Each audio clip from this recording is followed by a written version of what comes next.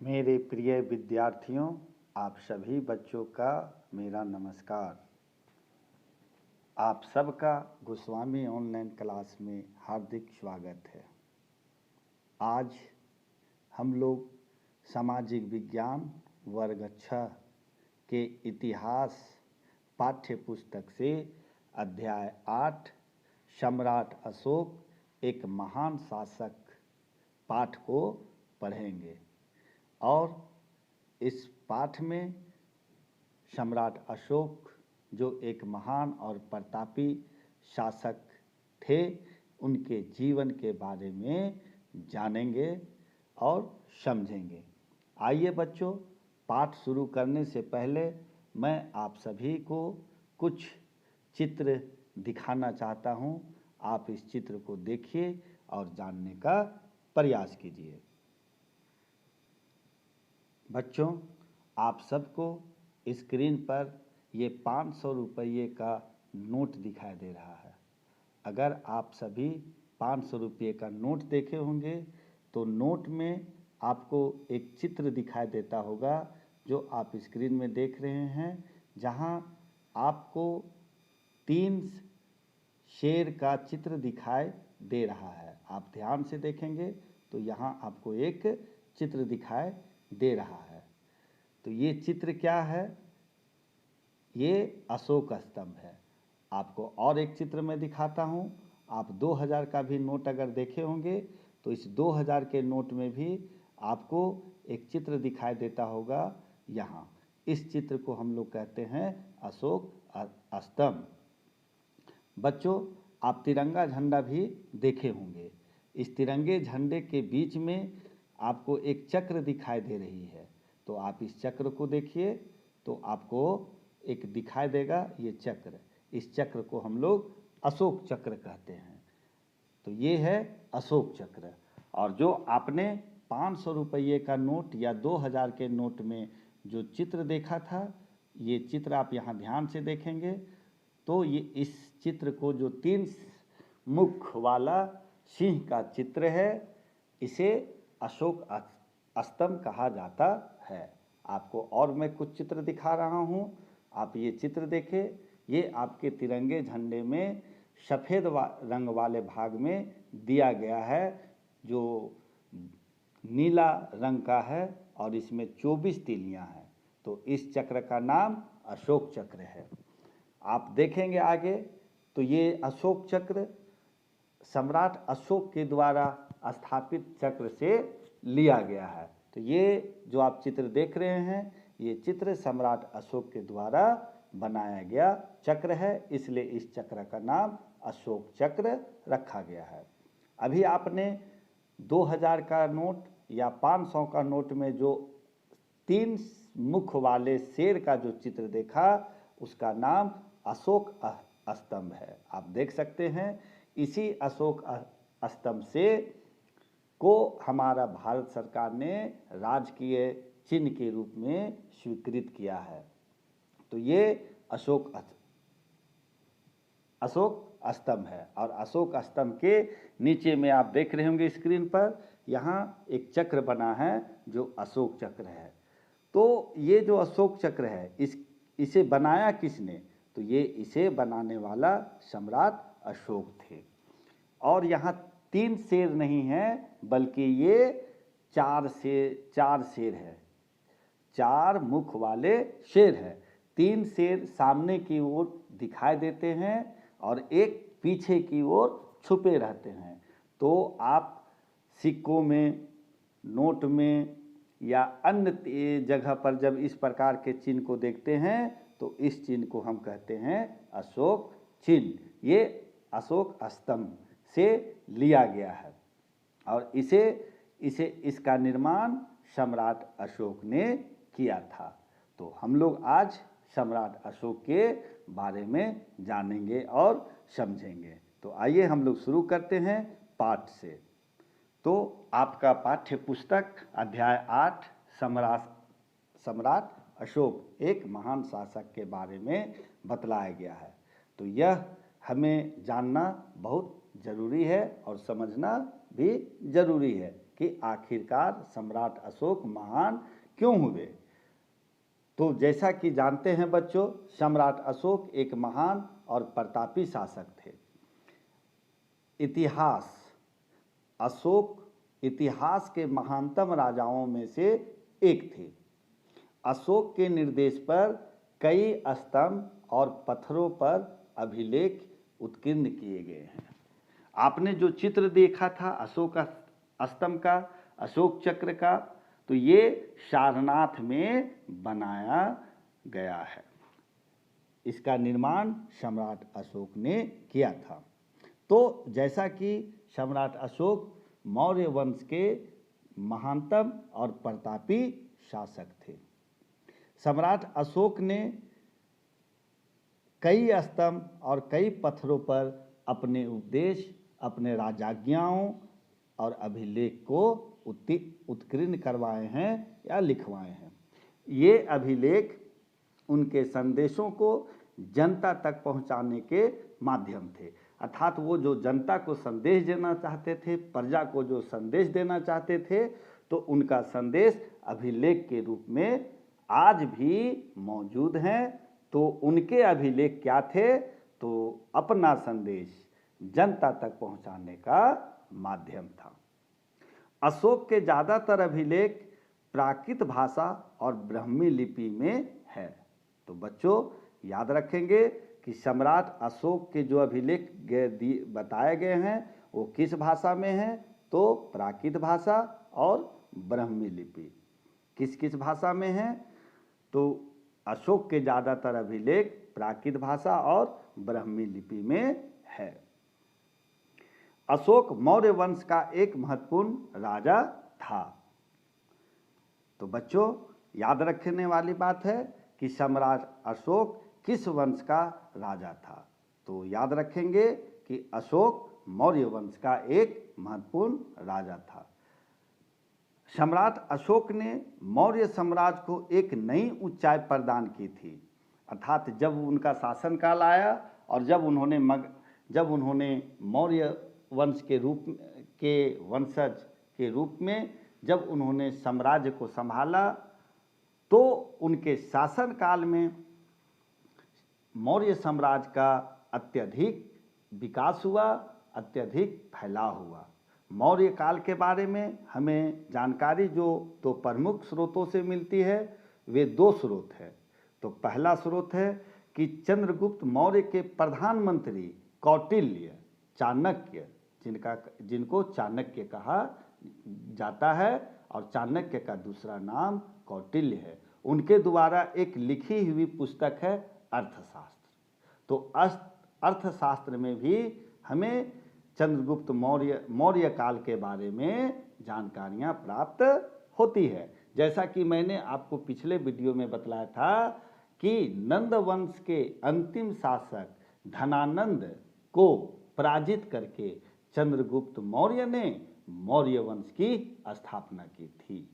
फिर से याद रखेंगे कि नंद वंश के अंतिम शासक धनानंद को पराजित कर चंद्रगुप्त मौर्य ने अपने प्रधानमंत्री चाणक्य या कौटिल्य की सहायता से मौर्य वंश की स्थापना की थी।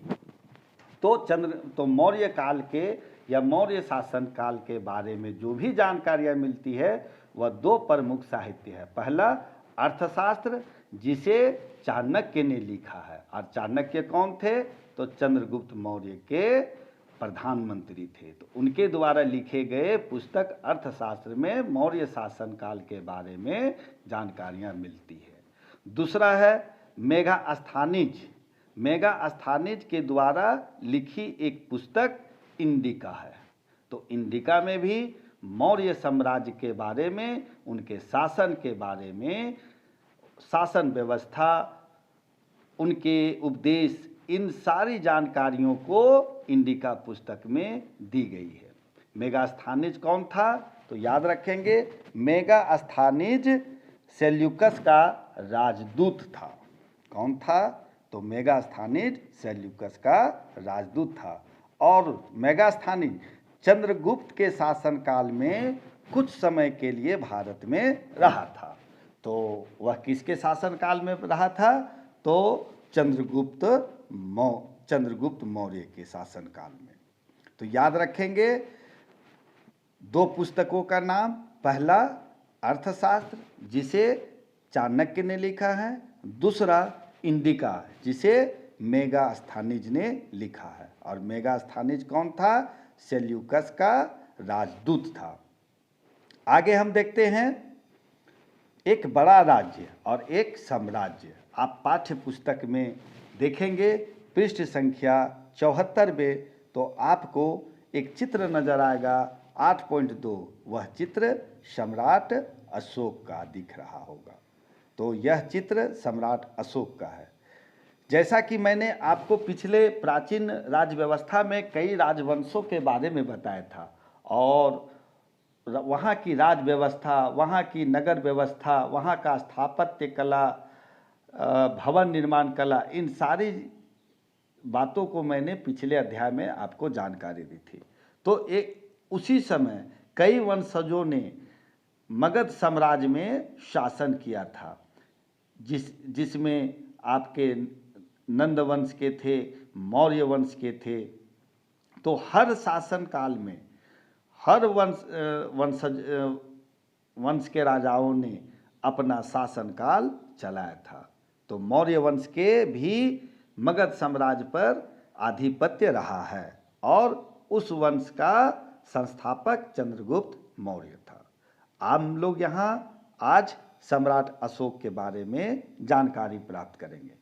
तो सम्राट अशोक के राज्य का विस्तार पूरे भारत में काफ़ी विस्तृत क्षेत्र में था, और इसकी राजधानी पाटलिपुत्र थी, जो अभी वर्तमान में बिहार की राजधानी पटना के नाम से जाना जाता है। तो पटना का पुराना नाम पाटलिपुत्र था। इनके अलावे साम्राज्य में बहुत से नगर थे। कहने का अर्थ हुआ कि मगध साम्राज्य की राजधानी पाटलिपुत्र थी, और मगध साम्राज्य का फैलाव या मौर्य साम्राज्य का विस्तार कई जगह पर फैले हुए थे। बहुत सारे नगर थे। उनमें से कुछ महत्वपूर्ण नगर है उज्जैन और तक्षशिला। आप एक चित्र देखिए जो आपके पाठ्य पुस्तक में दिया गया है, मानचित्र 4। तो आइए हम लोग मानचित्र 4 देखते हैं। बच्चों, जैसा आप मानचित्र में देख रहे हैं, तो यह जो लाल बिंदु आपको नजर आ रहे हैं, ये मौर्य साम्राज्य के प्रमुख नगर हैं, और वहाँ मौर्य साम्राज्य के जो अभिलेख प्राप्त हुए हैं, तो अभिलेखों की प्राप्ति स्थल भी इन लाल बिंदुओं में जो आप चित्र में देखते होंगे, जहाँ आपको कंधार, मनसेहरा, मेरठ, कुसुम्भी, बाहपुर, पाटलिपुत्र, सारनाथ, कौसंभी, गुर्जर, उज्जैन इत्यादि ये जो दिख रहे हैं, ये इन लाल चिन्ह वाले स्थानों में क्या थे? मौर्य साम्राज्य के प्रमुख नगर थे, और वहाँ इस साम्राज्य के अभिलेख प्राप्त हुए हैं। तो बच्चों, सम्राट अशोक का साम्राज्य विस्तार पूरे भारत में फैला हुआ था, और इसकी राजधानी पाटलिपुत्र थी। इसके अलावे साम्राज्य में बहुत सारे नगर थे, और उन नगरों में प्रमुख नगर हैं उज्जैन और तक्षशिला, जहां आपको मानचित्र जो अभी मैंने मानचित्र दिखाया, उस मानचित्र में काले बिंदु से दिखाए गए थे। तक्षशिला वर्तमान पाकिस्तान में है। अभी जो हमारा भारत का पड़ोसी देश पाकिस्तान है, वहाँ तक्षशिला अवस्थित है। उस समय भारत पाकिस्तान अलग नहीं हुआ था, इसलिए अभी जो तक्षशिला का जो स्थल है वह पाकिस्तान में मौजूद है। यहाँ से उत्तर पश्चिम और मध्य एशिया जाया जा सकता है। तो तक्षशिला से होकर के उत्तर पश्चिम और मध्य एशिया में जाया जा सकता था। दूसरी तरफ एक और नगर था उज्जैन। उज्जैन उत्तरी भारत से दक्षिणी भारत जाने वाले रास्ते में पड़ता था। तो याद रखेंगे कि उज्जैन उत्तरी भारत से दक्षिणी भारत जाने के रास्ते में पड़ता था। शायद नगरों में व्यापारी सम्राट के सरकारी अधिकारी और शिल्पकार रहा करते थे। कहने का अर्थ हुआ कि जो नगर थे उन नगरों में कौन लोग रहते थे, तो सम्राट अशोक के व्यापारी, सम्राट अशोक के अधिकारी और शिल्पकार, ये नगरों में रहा करते थे। साम्राज्य में कई गांव थे जहां किसान और पशुपालक रहा करते थे। ये खेती बाड़ी करते थे और पशुओं का पालन करते थे। मध्य भारत जैसे इलाकों में ज़्यादातर हिस्सा जंगलों से भरा था। तो किससे भरा था बच्चों? जंगलों से। जहाँ के लोगों का जीवन यापन अर्थात आजीविका फल फूलों का संग्रहण करना और जानवरों का शिकार करना था। साम्राज्य में भाषा, भोजन एवं पोशाक में काफ़ी विभिन्नताएं थी। अर्थात उनके शासनकाल में, उनके साम्राज्य में लोगों की जो भाषा थी, लोगों का खान पान, भोजन जो था या पहनने के जो पोशाक थे, उसमें काफ़ी अंतर थी। कह सकते हैं कि अलग अलग जगहों के लोग अलग अलग भाषा बोलते थे और भिन्न प्रकार के भोजन करते थे तथा भिन्न प्रकार के पोशाक पहनते थे। आप भी अभी अगर वर्तमान में देखें तो हर राज्यों का, वहाँ के लोगों का आप भाषा में अंतर पाइएगा, आपके खान पान में अंतर पाइएगा और कपड़े पहनने या कपड़ों का जो रूप रंग है उसमें अंतर पाइएगा। तो हर एक प्रकार के कपड़े अलग अलग। जैसे आप अभी अगर मान लिया जाए कि दक्षिण भारत की ओर जाएंगे तो वहाँ के लोगों का जो भोजन है, वहाँ के लोगों की जो भाषा है, वहाँ के लोगों की जो बोली है, वह हमारे बोली से अंतर है। तो इस प्रकार से उसके शासनकाल में भी भिन्न भिन्न भाषा बोली जाती थी, भिन्न प्रकार के भोजन करते थे और भिन्न प्रकार के पोशाक पहनते थे। आगे देखते हैं कि मौर्य वंश में 3 महत्वपूर्ण राजा हुए। याद रखेंगे, मौर्य वंश के 3 महत्वपूर्ण राजा, चंद्रगुप्त मौर्य और उसका बेटा बिंदुसार और बिंदुसार का बेटा अशोक। तो बहुत ही महत्वपूर्ण बात है कि मौर्य वंश का संस्थापक चंद्रगुप्त मौर्य था। चंद्रगुप्त मौर्य का बेटा बिंदुसार हुआ और बिंदुसार का पुत्र सम्राट अशोक हुआ। कभी अगर आपसे पूछा जाए कि सम्राट अशोक के पिता का क्या नाम था, तो आपका जवाब होगा बिंदुसार। तो सम्राट अशोक के साम्राज्य का अब प्रशासनिक व्यवस्था को हम लोग आइए जानते हैं। तो मौर्य साम्राज्य के अलग अलग हिस्सों पर अलग अलग ढंग से शासन किया जाता था।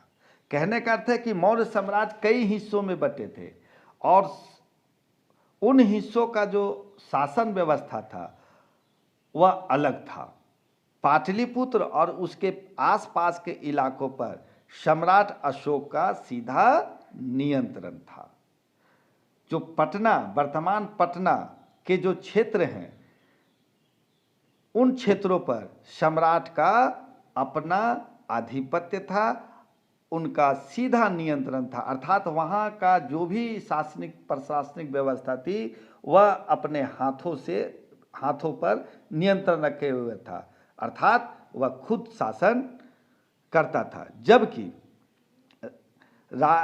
कई जगहों पर राजा के द्वारा जो अधिकारी नियुक्त किए जाते थे उनके द्वारा अन्य क्षेत्रों में शासन किया जाता था।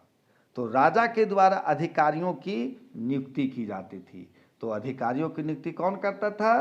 तो स्वयं सम्राट। ये किसानों, पशुपालकों, शिल्पकारों और व्यापारियों से टैक्स इकट्ठा करते थे। राजा के आदेशों का उल्लंघन करने वाले व्यक्तियों को अधिकारी भी सजा देते थे। कहने का अर्थ है कि जो नियम को पालन नहीं करे, जो उनके आदेश का उल्लंघन करे, अर्थात उनके आदेशों का, नियमों का उल्लंघन करे, पालन नहीं करे, तो उसे सजा देने का अधिकार सम्राट को ही नहीं बल्कि सम्राट के द्वारा नियुक्त किए गए अधिकारियों को भी था। इनमें से जो जितने भी विभाग के अधिकारी थे कहने का अर्थ है पुलिस विभाग के अधिकारी कुछ और थे, सामाजिक कार्य के लिए अलग विभाग थे, शिक्षा के लिए अलग विभाग थे। तो हर विभाग के लिए एक अधिकारियों को, योग्य व्यक्तियों को अधिकारियों के रूप में प्रतिनियुक्त किया जाता था। इनमें से कई अधिकारियों को वेतन दिया जाता था। संदेशवाहक का अर्थ हुआ कि उनके द्वारा संदेश को दूसरे स्थानों तक पहुंचाना। तो संदेशवाहक एक जगह से दूसरी जगह पर घूमते रहते थे और सम्राट अशोक के संदेशों को जनता तक या अन्य क्षेत्रों तक पहुंचाने का काम करते थे। तो जो यह काम करता था उसे संदेशवाहक कहते हैं। राजा के जासूस, अब राजा ने कुछ जासूस भी नियुक्त किए थे और उन जासूस का कार्य क्या था? तो राजा के जासूस अधिकारियों, जो अधिकारी उन्होंने प्रतिनियुक्त किया था, उन अधिकारियों के कार्यकलाप पर नजर रखते थे। कहने का अर्थ हुआ कि राजा ने जो अधिकारी प्रतिनियुक्त किए थे जन भलाई के लिए, जन कल्याण के लिए या जो टैक्स वसूलने के लिए, तो इसमें से कुछ अधिकारी ईमानदार भी होते थे। आज भी बहुत सारे लोग कुछ ईमानदार होते हैं, कुछ दूसरे भ्रष्ट भी होते हैं। तो कहने का अर्थ यह हुआ कि इन्हें भ्रष्ट अधिकारियों पर या जो प्रतिनियुक्त किए गए थे अधिकारी थे उन पर नज़र रखने के लिए, उनके द्वारा किए गए कार्यों पर निगरानी रखने के लिए सम्राट अशोक ने कुछ जासूस भी नियुक्त किए थे। तो इन जासूसों का कार्य था उनके सम्राट अशोक के द्वारा नियुक्त किए गए अधिकारियों पर, उनके कामों का, क्रियाकलापों पर नजर रखना। इन सब के ऊपर सम्राट था जो राज परिवार और वरिष्ठ मंत्रियों की सहायता से सब पर नियंत्रण रखता था। कहने का अर्थ यह हुआ कि सम्राट सर्वोपरि हुआ, अर्थात सबसे ऊंचा पद सम्राट का हुआ। वह क्या करते थे? तो वह राज परिवार और मंत्री परिषद, जो अपने मंत्री मंडल बनाया था, तो मंत्री, वरिष्ठ मंत्रियों, जो बुजुर्ग मंत्री थे, ज्ञानी थे, विद्वान मंत्री थे, उनकी सहायता से सभी लोगों पर, अधिकारियों पर, जासूसों पर या जनता पर नियंत्रण रखते थे। सम्राट अशोक के शासनकाल की प्रशासन की सबसे छोटी इकाई ग्राम थी। अर्थात उस समय का जो सबसे छोटी इकाई क्या थी? तो ग्राम थी। जो वहाँ की प्रशासनिक व्यवस्था का सबसे छोटा इकाई का नाम ग्राम है। प्रशासन की सुविधा के लिए मौर्य साम्राज्य कई छोटे छोटे प्रांतों या क्षेत्रों में विभक्त थे। अर्थात बहुत बड़े साम्राज्य को चलाने के लिए एक साथ संभव नहीं था। तो उस प्रशासनिक दृष्टिकोण से, प्रशासनिक सुविधा के लिए मौर्य साम्राज्य को कई प्रांतों और कई क्षेत्रों में विभक्त किया गया था। सम्राट अशोक के समय इनकी संख्या 5 थी। याद रखेंगे कितने थी? तो 5 थी। प्रशासन की सबसे छोटी इकाई क्या है? तो ग्राम थी। यहाँ प्रांतीय राजधानियों से शासन किया जाता था। अक्सर राजकुमारों को वहाँ राज्यपाल बनाकर भेजा जाता था। कहने का अर्थ हुआ कि जो मौर्य साम्राज्य में जो जितने भी छोटे छोटे प्रांत थे या जो छोटे छोटे राज्य थे, उन राज्यों का शासन व्यवस्था नियंत्रण रखने के लिए, प्रजा की भलाई के कार्य के लिए जो भी किया जाता था, जो भी जन कल्याण के कार्य किए जाते थे, तो इन प्रांतीय राजधानियों से शासन किया जाता था और यहाँ का गवर्नर या राज्यपाल राजकुमारों को ही प्रतिनियुक्त करके या बना करके भेजा जाता था। कुछ हद तक पाटलिपुत्र से इन क्षेत्रों पर नियंत्रण रखा जाता था, लेकिन ऐसा लगता है कि इन जगहों पर स्थानीय परंपराओं और नियमों को ही माना जाता था। तो सम्राट अशोक ने के शासन के समय में जो छोटे छोटे राज्य थे, प्रांत थे, उनकी संख्या कितनी थी? तो 5 थी।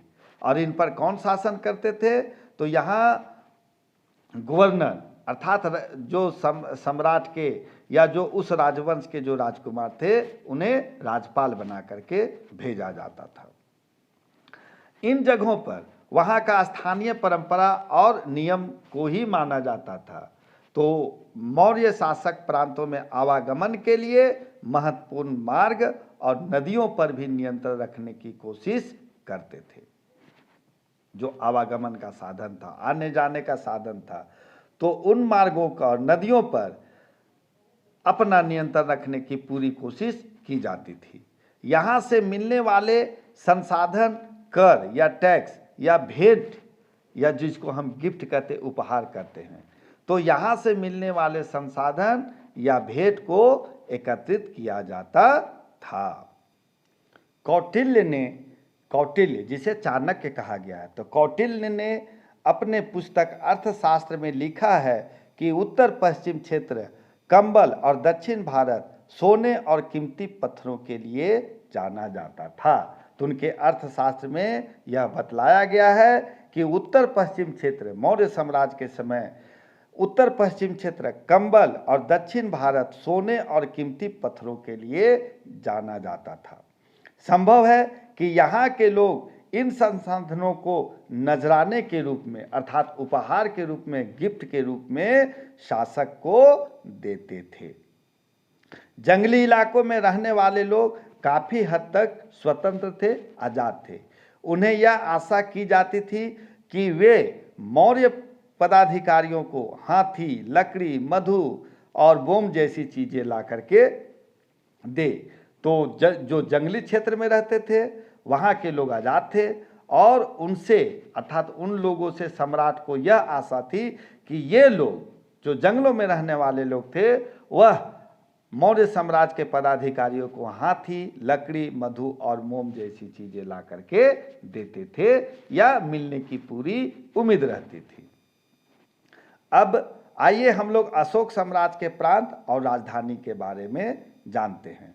आपको सम्राट अशोक का जो चित्र है यह अमरावती आंध्र प्रदेश में प्राप्त हुआ है। जहां आप चित्र 8.3 में देखते होंगे तो एक चित्र है, यह सम्राट अशोक का चित्र है। यह कहाँ पाया गया है? तो आंध्र प्रदेश में। आंध्र प्रदेश के कहाँ? तो अमरावती में। तो कहने का अर्थ यह हुआ कि इनका फैलाव, सम्राट अशोक का साम्राज्य का विस्तार दक्षिण भारत तक भी फैला था, आंध्र प्रदेश तक भी फैला हुआ था। अभी हम लोग जानेंगे सम्राट अशोक के कौन कौन से छोटे छोटे प्रांत थे। मैंने बताया उनके 5 प्रांत थे, तो उन 5 प्रांतों का नाम जानते हैं और वहाँ की राजधानी। तो पहला प्रांत है उत्तरापथ जिसकी राजधानी तक्षशिला है।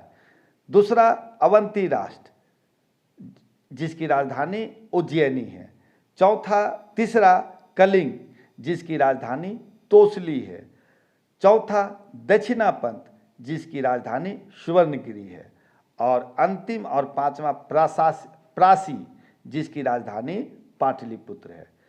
मैंने आप लोग को पहले ही बताया कि साम्राज्य की प्रशासन की दृष्टि से सबसे छोटी इकाई ग्राम है और शासन व्यवस्था को सुचारू ढंग से चलाने के लिए कई छोटे छोटे प्रांत विभक्त थे, क्षेत्र बटे थे। उनमें सम्राट अशोक के समय 5 प्रमुख प्रांत थे, 5 प्रमुख राज्य थे। तो एक बार पुनः हम लोग देखते हैं कि वे प्रमुख 5 राज्य या प्रांत कौन कौन थे। तो पहला उत्तरापथ जिसकी राजधानी तक्षशिला। दूसरा अवंती राष्ट्र जिसकी राजधानी उज्जैनी। तीसरा कलिंग जिसकी राजधानी तोसली। चौथा दक्षिणापथ जिसकी राजधानी सुवर्णगिरी। और अंतिम और 5वां है प्रासी जिसकी राजधानी पाटलिपुत्र थी। तो ये थे बच्चों सम्राट अशोक के शासनकाल, प्रशासनिक व्यवस्था। बच्चों अब हम लोग आगे देखेंगे अगले वीडियो में, अगले दिन कलिंग युद्ध। कलिंग युद्ध के बारे में जानेंगे और कलिंग युद्ध के बाद हम लोग सम्राट अशोक के जो उपदेश दिए गए हैं तो उन उपदेशों को धर्म कहा जाता है। तो अशोक के कौन कौन से धर्म थे इसके बारे में हम लोग आगे जानेंगे।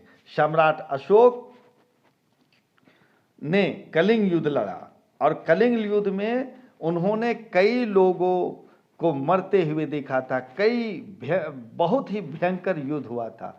तो उस युद्ध के बाद सम्राट अशोक का हृदय पिघल गया, द्रवित हो उठा और रक्त नरसंहार से वह विक्षुब्ध हो गया और उन्होंने युद्ध न करने का फैसला लिया और उन्होंने फिर उपदेश देना शुरू किया। तो हम अगले वीडियो में कलिंग युद्ध और अशोक के धर्म के बारे में जानेंगे।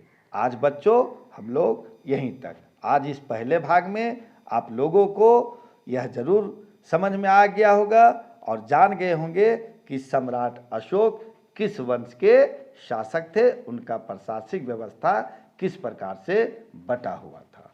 तो अगले वीडियो में हम लोग फिर देखेंगे सम्राट अशोक के कलिंग युद्ध के बारे में और वहाँ के धर्म के बारे में। तब तक के लिए बच्चों आप सबका बहुत बहुत आभार, बहुत बहुत धन्यवाद। फिर हम मिलते हैं इसी पाठ के नए भाग 2 में, जहां आपको कलिंग युद्ध और अशोक के उपदेश, धर्म और शिलालेख अभिलेख के बारे में जानेंगे।